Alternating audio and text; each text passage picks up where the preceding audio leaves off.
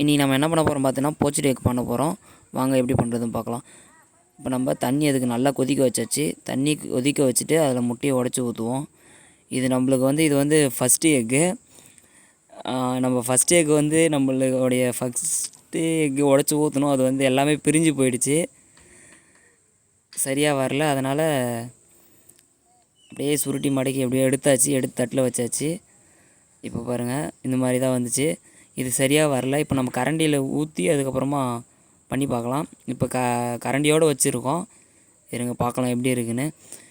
வச்சுட்டு அப்படியே கொஞ்சம் லைட்டாக வெந்தவுடனே அப்படியே வானல்லே ஊற்றிக்கலாம். ஊற்றிட்டோம். இப்போ நம்ம ஊற்றிட்ட பிறகு ஓரளவுக்கு பரவாயில்லை, இது ஒன்றாவே இருக்குது. இதை லைட்டாக அப்படியே மேலே எடுத்து போட்டு அழகாக தட்டில் எடுத்து மாற்றிக்கலாம். இப்போ பாருங்கள்,